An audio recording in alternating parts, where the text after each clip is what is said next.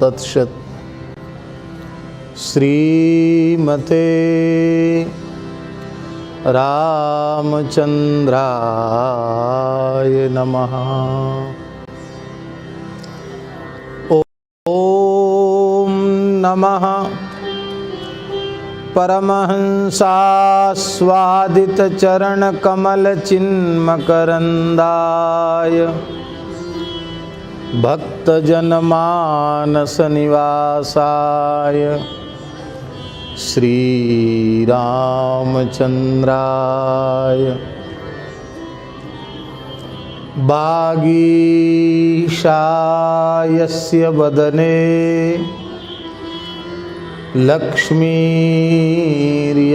च वक्षसि यस्यास्ते हृदये संवित् तं नृसिंहमहं भजे। विश्वसर्ग विसर्गादि नवलक्षण लक्षितम् श्रीकृष्णाख्यं परं धाम जगद्धाम नमामि तत्। नमोस्तु रामाय सलक्ष्मणाय देव्यै च तस्यै जनकात्मजायै। नमोस्तु रुद्रेन्द्रयमानिलेभ्यो नमोस्तु चंद्रार्कमरुद्गणेभ्यः।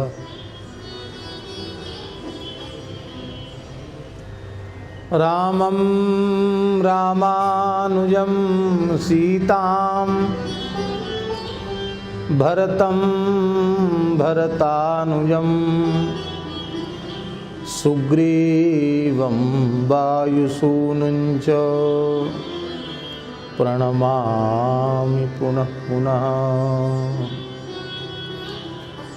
यत्र यत्र रघुनाथकीर्तनं तत्र तत्र कृतमस्तकाञ्जलिं बाष्पवारि परिपूर्णलोचनं मारुतिं नमत राक्षसान्तकम्।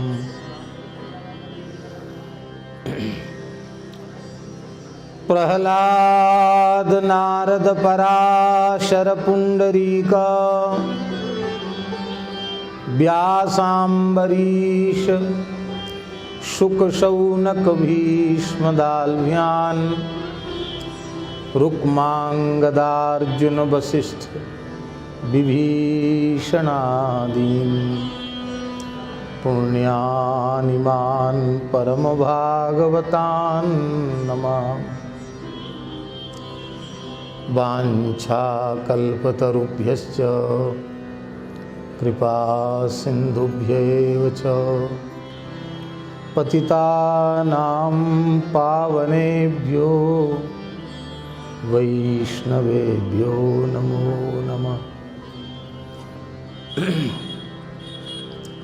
सीतानाथ समारंभां श्रीरामानन्दार्य मध्यमाम् अस्मदाचार्य पर्यन्तां वन्दे गुरुपरम्पराम्।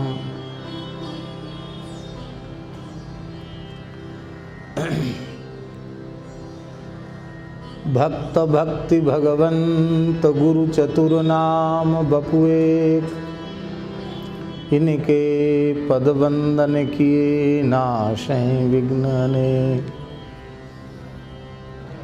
बंदौ गुरुपद कंज कृपा सिंधु नर रूप हरि, महामोह तम पुंज जासु बचन रवि कर निकर।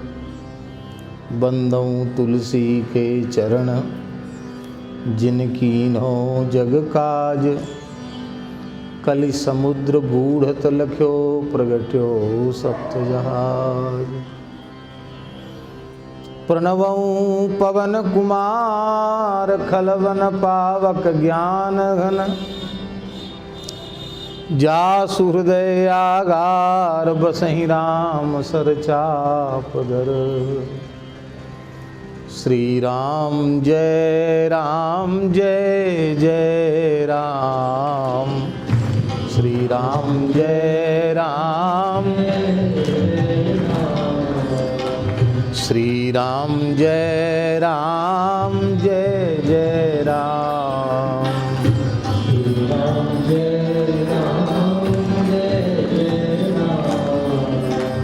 श्री राम जय राम जय जय राम,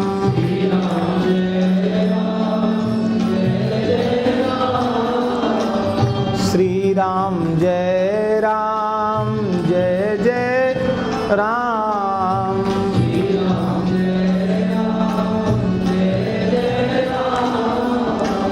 श्री राम जय जय राम, श्री राम जय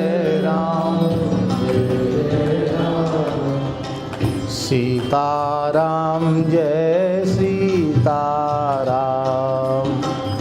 सीताराम जय सीताराम, राधे श्याम जय राधे श्याम, राधे श्याम जय राधे श्याम, जय रघुनंदन जय सिया राम, जय रघुनंदन जय सिया राम, जानकी वल्लभ सीताराम, जानकी वल्लभ सीताराम, कमला बिमला मिथिला धाम, कमला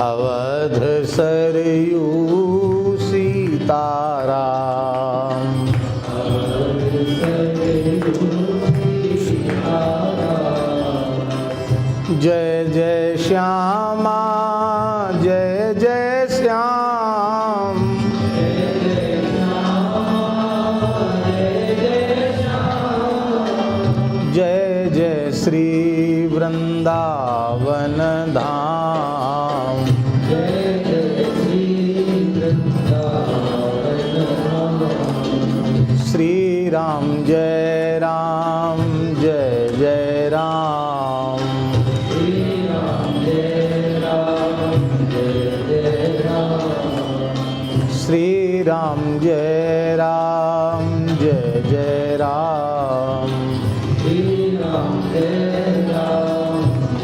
जय राम, जय सिया राम जय जय हनुमान, जय सिया राम जय जय हनुमान, संकट मोचन कृपा निधान, संकट मोचन कृपा निधान, श्री राम जय जय राम, श्री राम जय जय राम,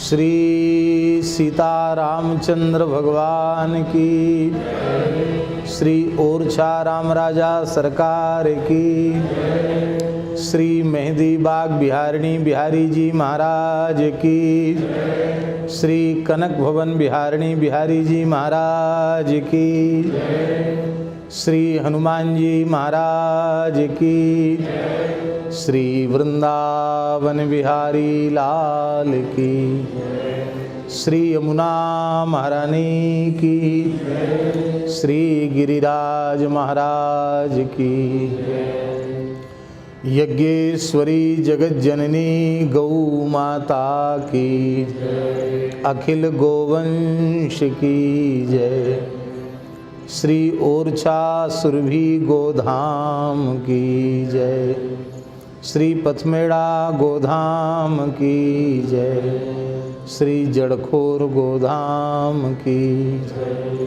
श्री 84 कोस ब्रजमंडल धाम की, परम पूज्य श्री महंत जी महाराज की, सब संतन की जय। सद्गुरुदेव श्री पहाड़ी बाबा जी महाराज की जय। सद्गुरुदेव श्री भक्तमाली जी महाराज की जय।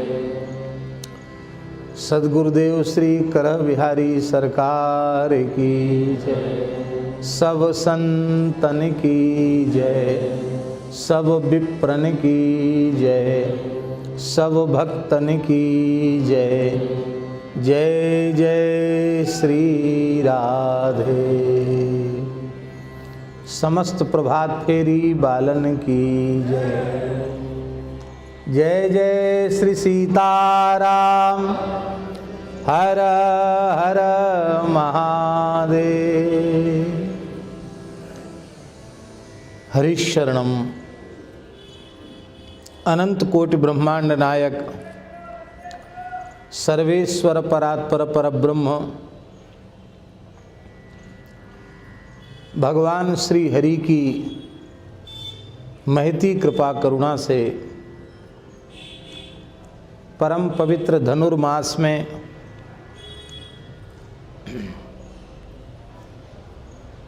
बुंदेलखंड के विशिष्ट महानगर झांसी के समग्र देश में प्रसिद्ध साधु सेवी स्थान श्री मेहंदी बाग में श्री ठाकुर जी की चरण सन्निधि में एवं अत्यंत सहज सरल नामनिष्ठ साधु सेवानिष्ठ पूज्य श्री महाराज जी की मंगलमयी सन्निधि में एवं विराजमान सभी पूज्य संतों की मंगलमयी समुपस्थिति में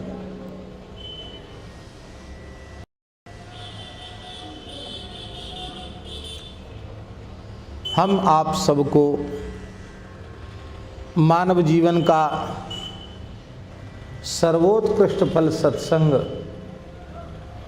आज सफला एकादशी के दिन विनय पत्रिका के माध्यम से प्राप्त होने का शुभ अवसर सुलभ हो रहा है।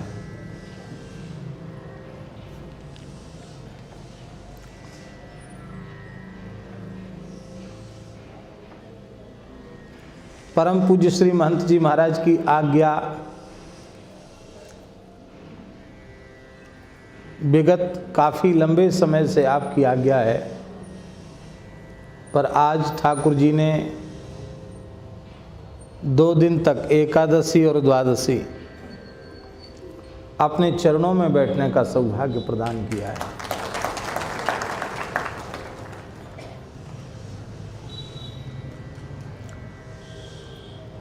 पहले विनय, और जब विनय स्वीकार हो जाएगी तो 2 दिन के बाद फिर कभी ठाकुर जी और भी बढ़ा देंगे।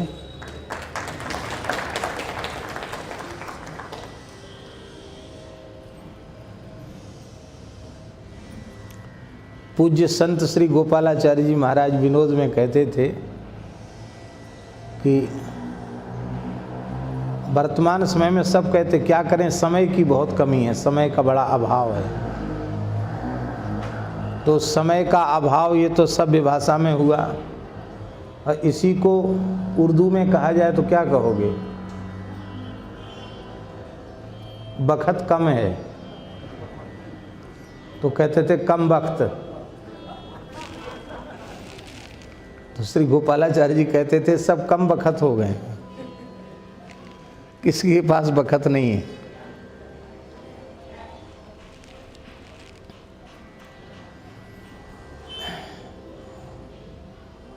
गोस्वामी जी सामने बैठे हैं, इनका हमेशा ये याद दिलाते रहते हैं कि मेहंदी बाग में ठाकुर जी को कुछ सुनाना है। और एक इनके साथी इस समय अनुपस्थित हैं, हमारे बड़े प्रेमी सत्संगी कनक बिहारी जी की खूब सेवा करने वाले आदरणीय यादव जी। इस समय शारीरिक रूप से वे अस्वस्थ हैं। हनुमान जी के चरणों में हम प्रार्थना करते हैं कि वे अपनी कृपा करुणा से उन्हें स्वास्थ्य लाभ प्रदान करें। पर उनका मन भी यहीं है, शरीर से अस्वस्थ होने के कारण वे यहाँ नहीं हैं, लेकिन उनका मन यहीं है। अच्छा, चलो देखो, उन्होंने लिख के भेजा और आपके बताए बिना यहाँ तक पहुँच गया। हृदय की भाषा ऐसी ही होती।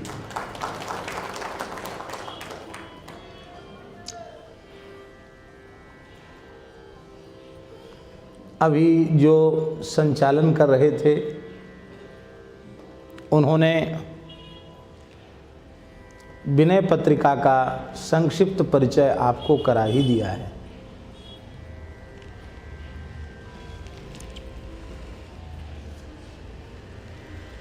पर थोड़ी सी बात दास भी निवेदन करना चाहेगा।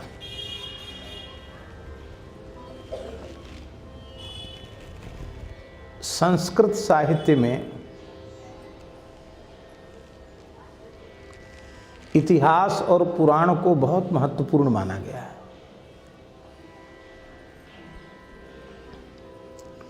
भारतीय सनातन विचारधारा इतिहास और पुराण को वेद के समान आदर देती है। इतिहास और पुराण को पंचम वेद कहा गया। इसलिए महाभारत में भगवान व्यास ने कहा, इतिहास पुराणाभ्याम वेदार्थम समुपवृंहयेत बिभेत्यल्पश्रुताद्वेदो मामयम प्रहरिष्यति। इतिहास और पुराण के माध्यम से वेदार्थ का समुपवृंहण करना चाहिए, माने वेदार्थ को समझना चाहिए इतिहास और पुराण के माध्यम से।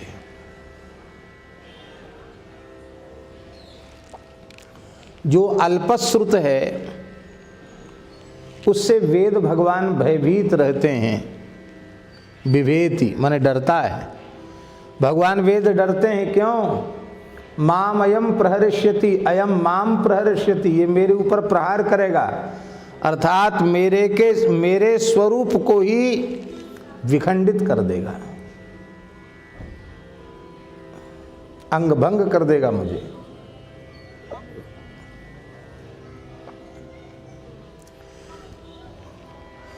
वर्तमान विचारक वेदों के रचना काल का निर्णय करते हैं कि वेद की रचना कब हुई, ईसा से कितने हजार साल पहले हुई, ऐसा भी कुछ लोग कहते हैं। लेकिन ये सनातन विचारधारा नहीं है। हम लोग वेद को किसी काल में किसी पुरुष के द्वारा की गई कृति नहीं मानते हैं। वेद ईश्वर की भी कृति नहीं है, ईश्वर की रचना भी वेद नहीं है।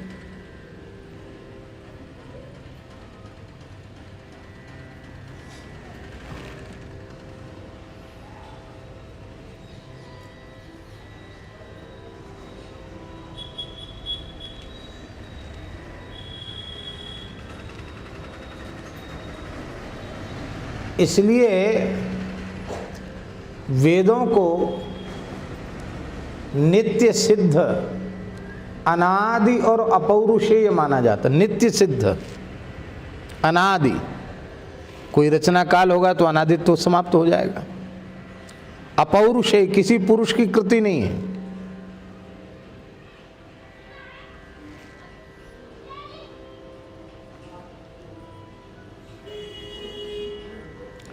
तब फिर वेद है क्या?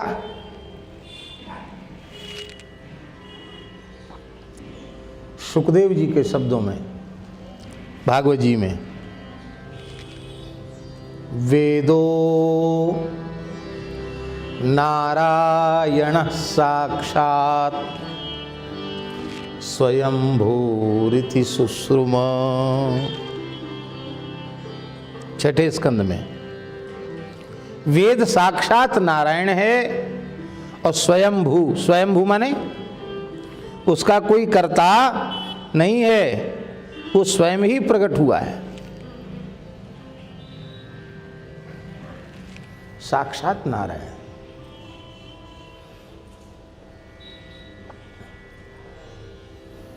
यस्य निश्वसितं वेदा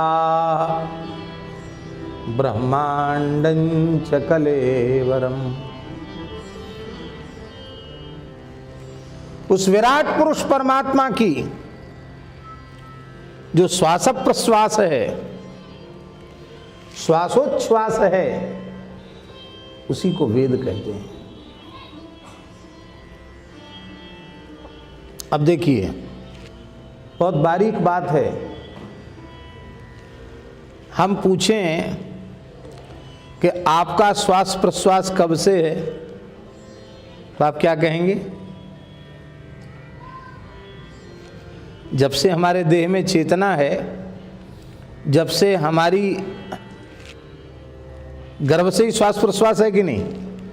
माने जब से हमारा अस्तित्व है चेतना का, तब से श्वास प्रश्वास है। जब से हम हैं तब से हमारा श्वास प्रश्वास है, ये कहा जाएगा। कब तक रहेगा? जब तक रहेंगे तब तक श्वास, जब खत्म तो खत्म। जय सिया राम। कहते श्वास निकल गई, अब क्या है? अब भगवान का श्वास प्रश्वास कब से है और कब तक रहेगा? सदा से है और सदा रहेगा। इसलिए वेद सदा से थे, सदा से हैं और सदा रहेंगे, क्योंकि भगवान सदा से हैं, सनातन हैं। उनका श्वास प्रश्वास वेद भी सनातन है। अब भगवान भी वेद के रचयिता नहीं है, ये कैसे?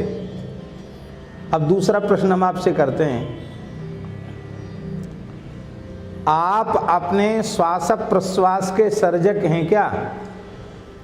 आप अपने श्वास प्रश्वास की सृष्टि करते, रचना करते हैं क्या?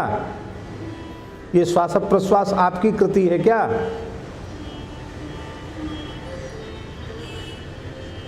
आपकी होती तो सोने के बाद तो बंद हो जाना चाहिए, सब क्रिया बंद।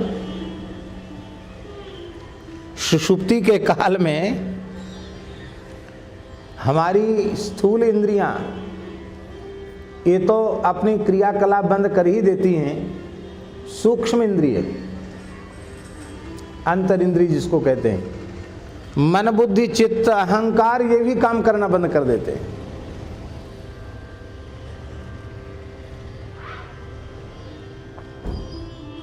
इसलिए सुषुप्ति के काल में स्वप्न भी नहीं होता, क्योंकि जब तक मन बुद्धि की सत्ता है तब तक स्वप्न है। मन बुद्धि की सत्ता समाप्त हुई, स्वप्न भी समाप्त। गहरी नींद, सुषुप्ति। तो जब व्यक्ति सुषुप्ति की अवस्था में होता है तब उसका श्वास प्रश्वास बंद तो नहीं होता, अपितु उसका श्वास प्रश्वास और तीव्र हो जाता है। कई लोग तो महाराज बड़े बड़े खर्राटे लेते हैं, दूसरे आदमी का सोना मुश्किल हो जाए।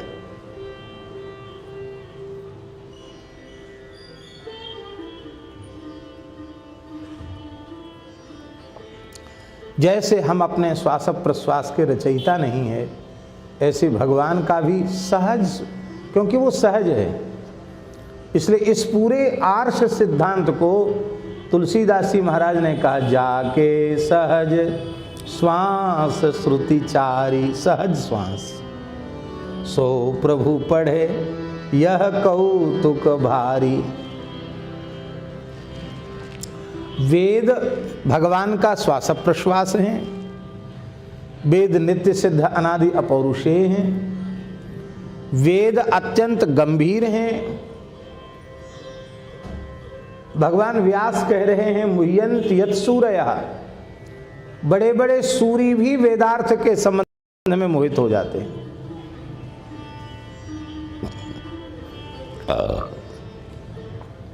इसलिए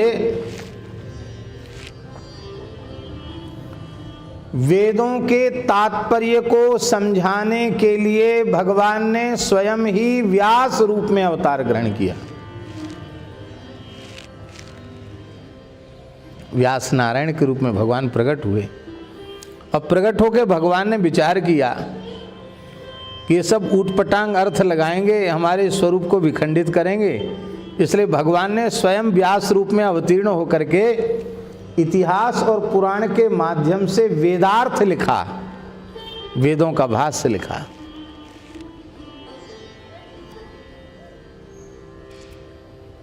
बहुत ध्यान से सुने जो हम कहने जा रहे हैं। और खूब लिखा भगवान व्यास ने वेदार्थ, वेद भाष्य लिखा महाभारत के रूप में। कोई ऐसा विषय नहीं जिसे छोड़ दिया हो, सभी विषयों को कहा।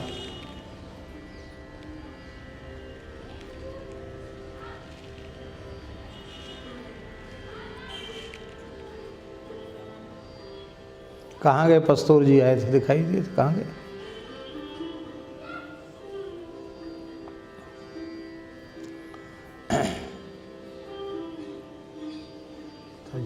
पिताजी को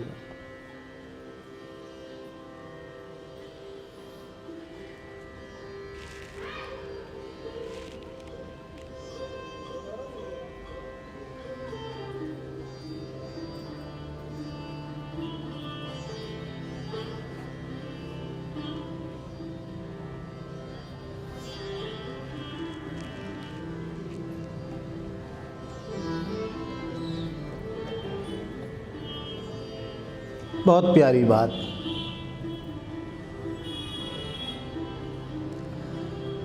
कोई ऐसा विषय सनातन धर्म का नहीं है जिसका निरूपण भगवान व्यास ने महाभारत में न किया हो। इसलिए प्रत्येक विद्वान को महाभारत का आद्योपांत स्वाध्याय करना चाहिए और किसी आधिकारिक परिमार्जित वक्ता की वाणी से सभी लोगों को सुनना चाहिए। ये सुनने की बात हम इसलिए कह रहे हैं कि सीधे सीधे पढ़ोगे तो हो सकता है तुम्हारी अपरिपक्व बुद्धि में कुछ भ्रम भी उत्पन्न हो जाए। इसलिए किसी परिमार्जित सुलझे हुए वक्ता की वाणी से सुनो, पढ़ो कम, सुनो ज़्यादा।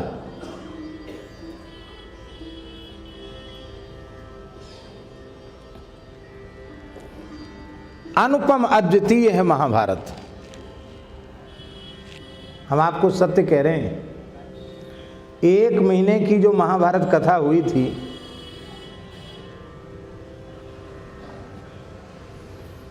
वो सबसे पहला, पूरी दुनिया में सबसे पहला 1 महीने का लाइव था। उसके पहले किसी भी चैनल ने 1 महीने का लाइव नहीं दिखाया। और उस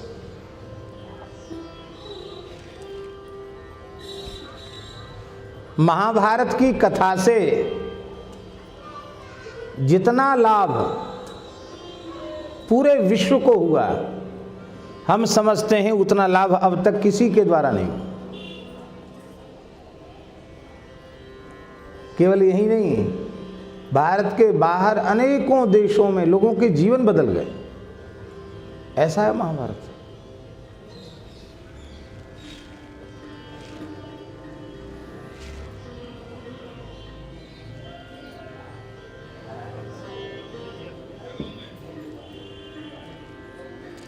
हमें संतोष नहीं हुआ अभी भी। 1 महीने का कहकर संतोष नहीं हुआ। कभी भगवान का संकल्प होगा और भगवान चाहेंगे तो पूरे 4 महीना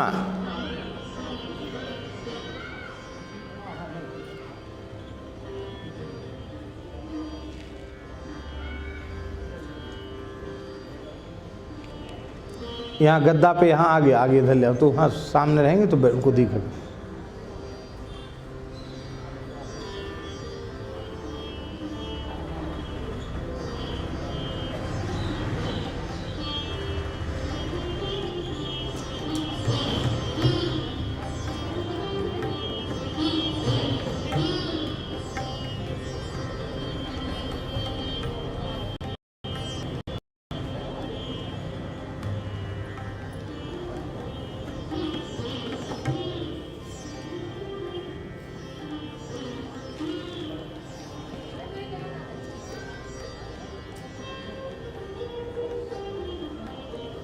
मन है कि कभी भगवान योग बनाएंगे ब्रज से ही, ब्रज में ही 4 महीने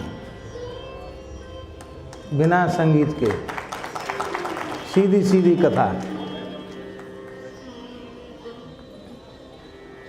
बहुत लाभ है, सारे विषयों को कह दिया गया।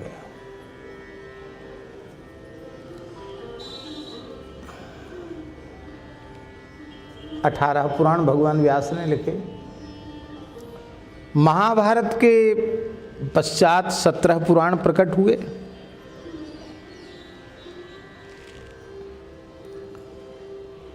महाभारत जैसे विशिष्टतम ग्रंथ को लिखने के बाद भी, 17 पुराण लिखने के बाद भी व्यास जी को संतोष नहीं हुआ। एक विशेष बात, उनको लगा कि वेदों का परम तात्पर्य समझाने के प्रयोजन को लेकर ही मैंने इतना श्रम किया, लेकिन अभी वह प्रयोजन पूर्ण नहीं हुआ।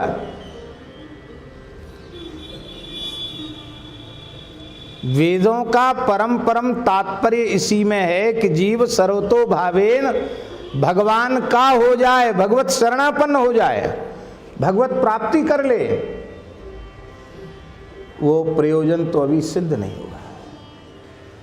हमने अन्य विषयों की इतनी व्याख्या कर दी कि कामना से कलुषित चित्त वाला जीव उन कामनाओं की पूर्तियों के अनुष्ठान व्रतादि में पड़कर ही अपना जीवन गंवा देता है। इसलिए इन जीवों के लिए इधर उधर की बात न बताकर सीधे शरणागति की बात बताई जाए। नारद जी की प्रेरणा से श्रीमद् भागवत पुराण को प्रकट किया। गीता जैसे ग्रंथ को महाभारत के माध्यम से प्रकट करने के बाद, ब्रह्मसूत्र को प्रकट करने के बाद भी, 17 पुराणों को प्रकट करने के बाद भी व्यास जी को समाधान और संतोष तब मिला जब श्रीमद् भागवत को उन्होंने प्रकट किया। श्रीमद् भागवत व्यास जी की अन्यतम कृति है।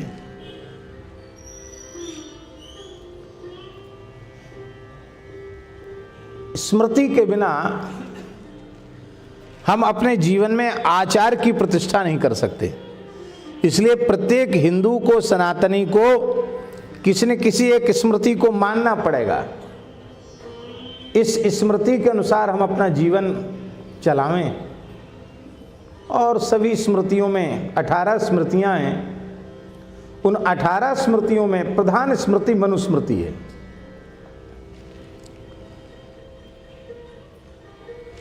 बहुत ध्यान से सुने। पर वैष्णव धर्म सामान्य धर्म नहीं है, विशेष धर्म है। अपराध क्षमा होवे। मनुस्मृति में जिस धर्म की चर्चा है वो सामान्य धर्म है, वर्णाश्रम धर्म है। पर वैष्णव का धर्म उस धर्म से ऊपर उठा हुआ धर्म है। सवै पुंसाम परो धर्मो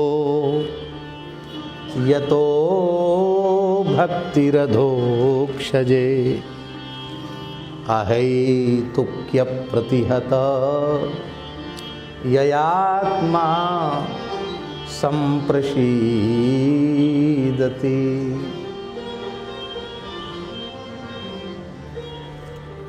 पिताजी, धर्म के संबंध में जिज्ञासा हो, हम क्या करें क्या न करें, तो मनुस्मृति सहित 18 स्मृतियों का आश्रय लें। पर वैष्णव धर्म के संबंध में जिज्ञासा हो, वैष्णव क्या करे क्या न करे, वैष्णव का जीवन कैसा होवे, तो वैष्णवों की स्मृति है श्रीमद् भागवत महापुराण।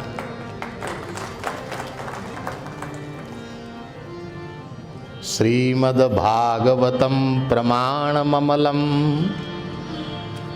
निर्मल प्रमाण है वैष्णव धर्म के संबंध में।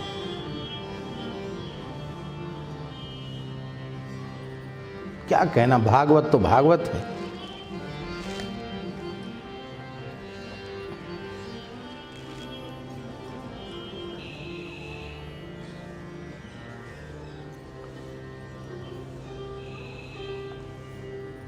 तो जैसे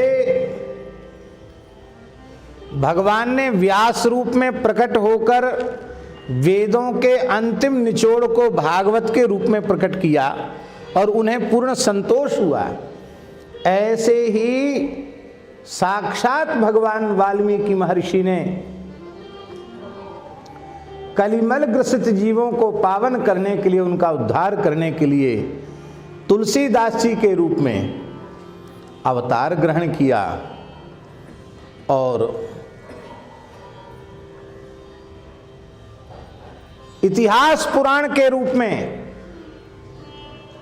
नाना पुराण निगमागम सम्मतम यद रामायणे निगदितम क्वचिदन्यतोपि स्वांत सुखाय तुलसी रघुनाथ गाथा भाषा निबंध मति मंजुल मातनोति। भगवत कृपा से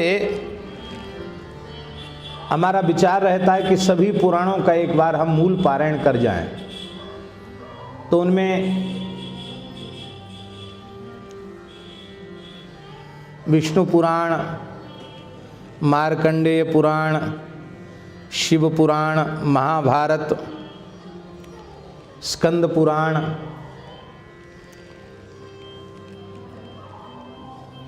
ब्रह्मवैवर्त पुराण, ब्रह्मांड पुराण, लिंग पुराण, पद्म पुराण, शिव पुराण, हाँ पद्म पुराण, इन अनेक पुराणों का मूल पारायण भगवत कृपा से दास कर चुका है। अभी इस समय हम कूर्म पुराण का पारायण कर रहे हैं। कुछ दिनों से बंद है, कुछ ऐसा दुष्प्रारब्ध उदित हुआ है कि पाठ हमारा बाधित हो गया।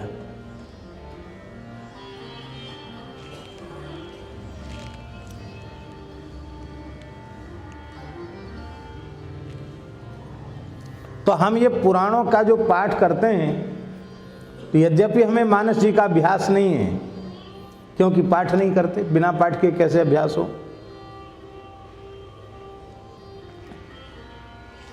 5 दोहा भी रोज नहीं करते, साल में एक आध बार हो जाए तो हो जाए, ऐसा है। लेकिन फिर भी जब पुराणों का पारायण करने लग जाते हैं, तो मानस जी की अनेक पंक्तियां जो हमको अभ्यास में भी नहीं, वो आ जाती अपने आप सामने, और लगता है कि इस श्लोक का भाव तुलसीदास ने अमुक चौपाई के रूप में कहा है। लगता है कि बिल्कुल सारे पुराणों का सार, महाभारत का सार रामचरितमानस है। 18 पुराणों का सार, महाभारत का सार रामचरितमानस है। भाषा ग्रंथ होने पर भी रामचरितमानस के जैसा ग्रंथ न भूतो न भविष्यति।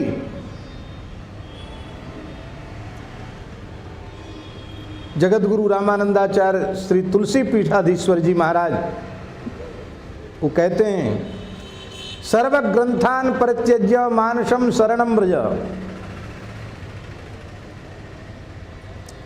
और मानसम सर्व पापेभ्यो मोक्षयिष्यति मा शुच।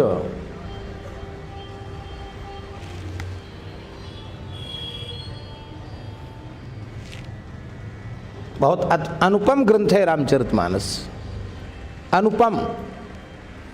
आप उसकी उपासना करें तो सही।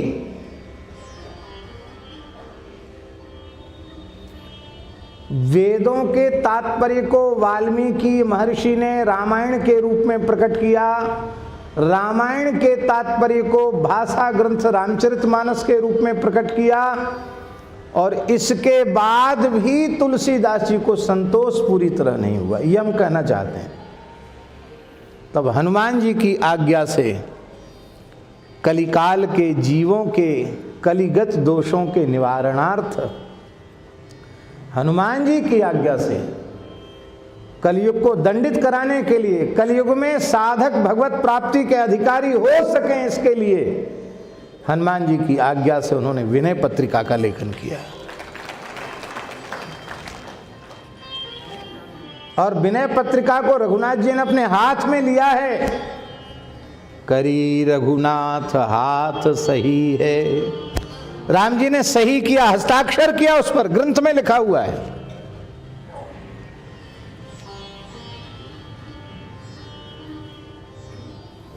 हम नाम लें तो उन लोगों की हानि हो जाएगी, लेकिन हम नाम नहीं लेना चाहते हैं।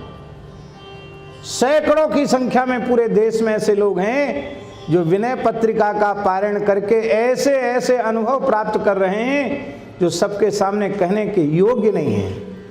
आप विश्वास नहीं कर सकेंगे। कितने लोग इस विनय पत्रिका की कथा सुनने के बाद 108 दिन में 108 पारायण कर रहे हैं, रोज एक पारायण पूरा 5-6 घंटा लगता है। 108 दिन में 108 पाठ विनय पत्रिका के। अनुपम ग्रंथ है भैया।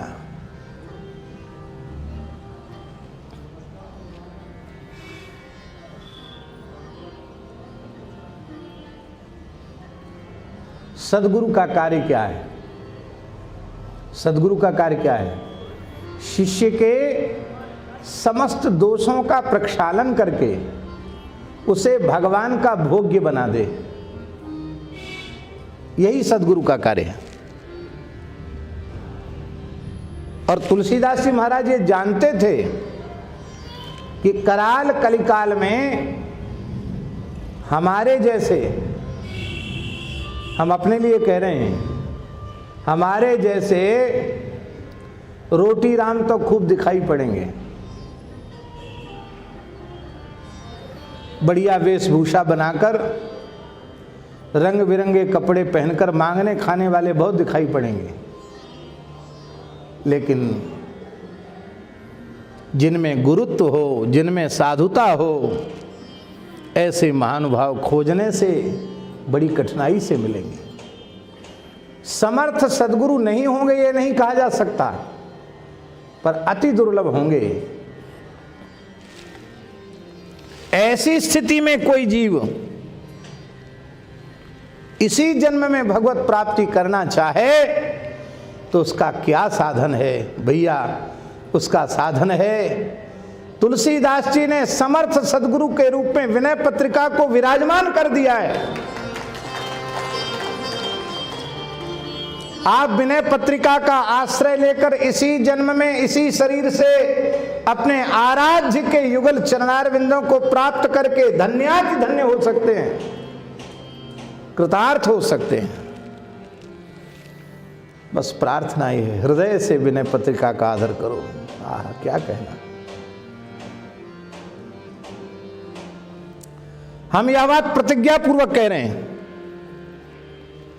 साधक हृदय की कोई ऐसी जिज्ञासा नहीं है जिसका समाधान विनय पत्रिका से न हो जाए। पर ये इतना कठिन ग्रंथ है, हमारी तो बुद्धि काम नहीं करती। बहुत कठिन ग्रंथ है,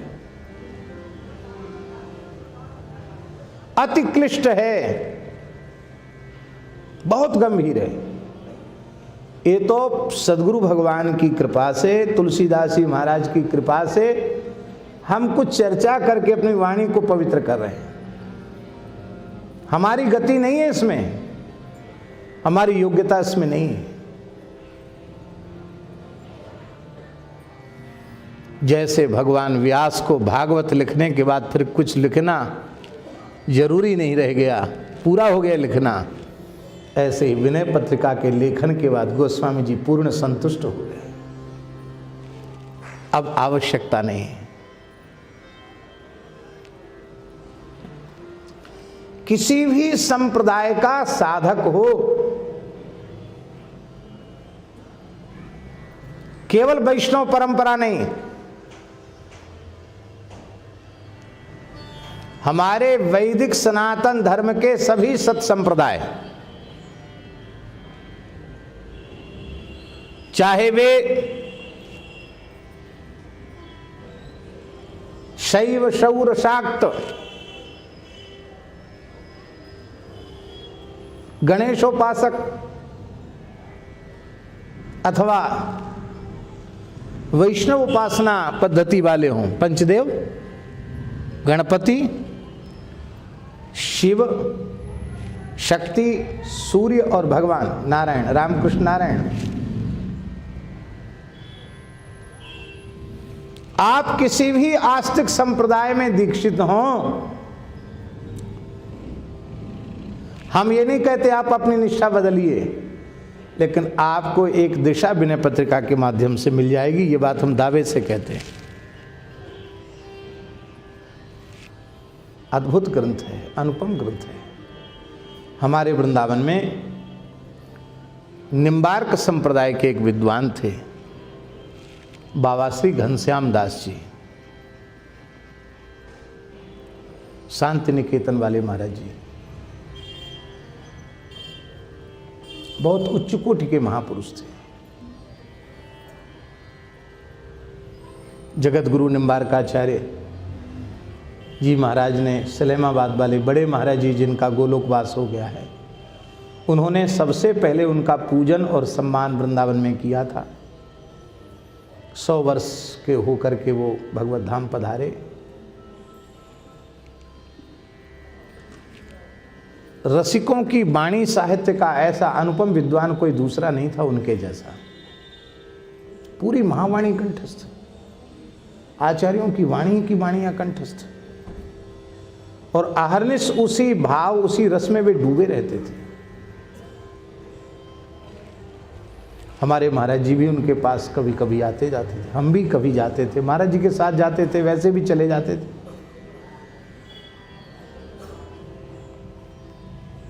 वृद्ध हो गए थे तो कान से ऊंचा सुनते थे, तो कोई महात्मा आ जाता तो कान में फट से मशीन लगा लेते, और कोई गृहस्थी व्यस्ती कोई भगत वगत हो तो मशीन नहीं, वो कुछ कहता मैंने ऐसे कर देते, हम तो सुनते ही नहीं। मैंने तुम क्या कह रहे हो हमारी समझ में आने, हम तो सुनते नहीं। अब कोई महात्मा आ जाए तो भगवत चर्चा हो, तुरंत मशीन लगा लेते, मशीन लगा करके फिर बोलते। अब कोई भगत कहे कि मशीन लगा लो, सुनते नहीं, लगाते नहीं मशीन। माने अन्य चर्चा नहीं सुनते। तो उनके पास हम जब भी जाते थे तो कहते थे, मेरे जीवन में मुझे जो कुछ मिला है विनय पत्रिका से मिला है। मैं बाल्यकाल से निम्बार्क संप्रदाय का साधु हूँ, लेकिन मुझे नाम निष्ठा, रूप निष्ठा, लीला निष्ठा, धाम निष्ठा जो कुछ मिला है विनय पत्रिका से मिला है। कहते थे किसी संप्रदाय का वैष्णव हो, विनय पत्रिका जरूरी है। यदि नहीं लोगे विनय पत्रिका तो तुम्हारा ज्ञान, वैराग्य, भक्ति अपरिपक्व ही रह जाएंगे। भगवत साक्षात्कार की योग्यता ही संपादित तब कर पाओगे जब विनय पत्रिका तुम्हारे हृदय में अवतरित हो।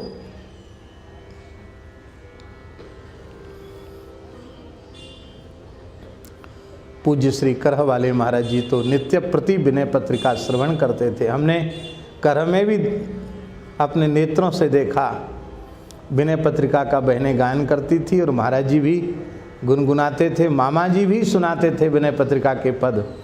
और पूज्य श्री करह बिहारी सरकार झूमते थे सुन करके, अपने नेत्रों से हमने देखा। भैया अतिशय प्रिय है। ये तो आप लोगों को क्या लाभ मिल रहा है ये तो आपके ठाकुर जी जाने। हम धन्य हो रहे हैं विनय पत्रिका की चर्चा करके। हे प्रभु कृपा करें कि हम कैसे भी करके इसको पूर्ण कर सकें।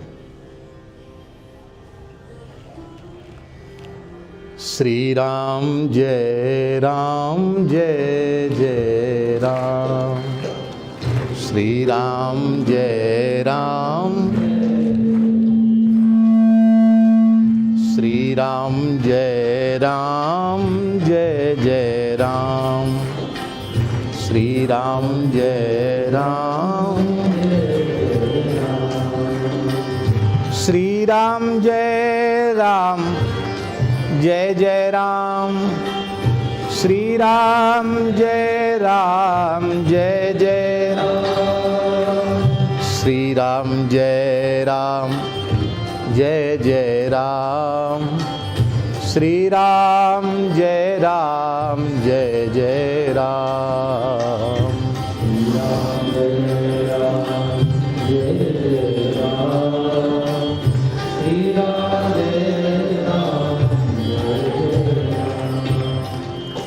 पद संख्या 135 चल रहा है 2 दिन से।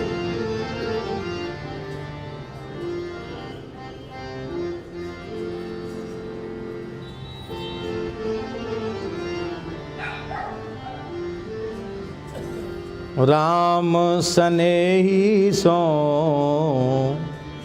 तैना स्नेह कियो, राम स्नेही सो तैना स्नेह कियो, राम स्नेही सो तैना स्नेह कियो, राम स्नेही सो तैना स्नेह कियो, अगम जो अमरिन हूँ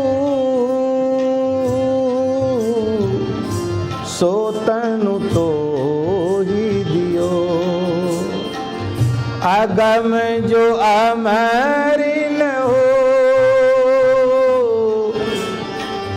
सो तनु तो ही दियो,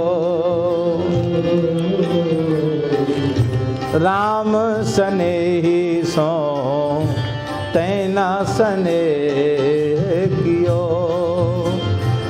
राम स्नेही सो तैना स्नेह कियो,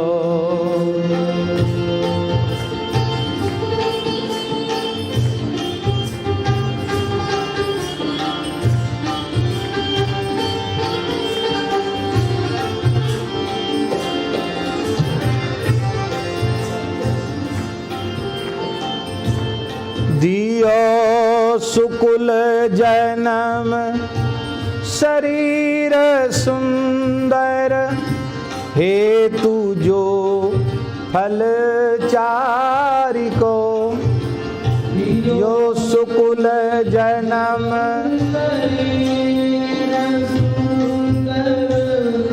हेतु जो फल चारि को, जो पाए पंडित परम पद पावत पुरारी मुरारी को, जो पाए पंडित परम पद पावत पुरारी मुरारी को, यह भरत खंड समीप सुर सरी, फल भलो संगति भली, भरत खंड समीप सुर सरी, फल भलो संगति तेरी कुमति कायर कलप बल्ली चाहती है विष फली कायर कलप बल्ली चाहती है विष फली राम सनेही सो तेना स्नेह कियो राम स्नेही सो तेना स्नेह कियो राम स्नेही सो तेना स्नेह कियो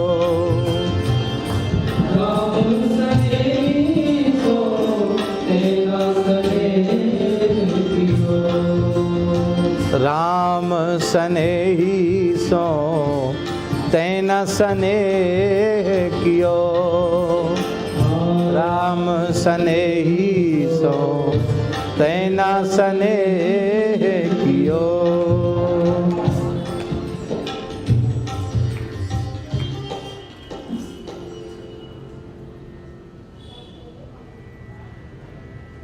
बस ज़्यादा ऊपर मत बैठो, ठीक करो।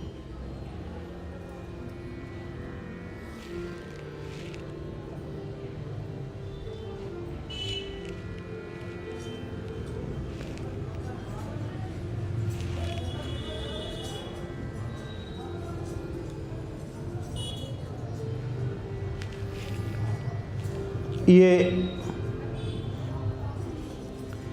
प्रथम चरण की व्याख्या हो चुकी। अब फिर कहेंगे तो तीसरे तरह से आज तीसरे दिन व्याख्या हो जाएगी, इसलिए आगे बढ़ते हैं। इसका सरलार्थ यही है, गोस्वामी तुलसीदास जी कह रहे हैं कि स्नेही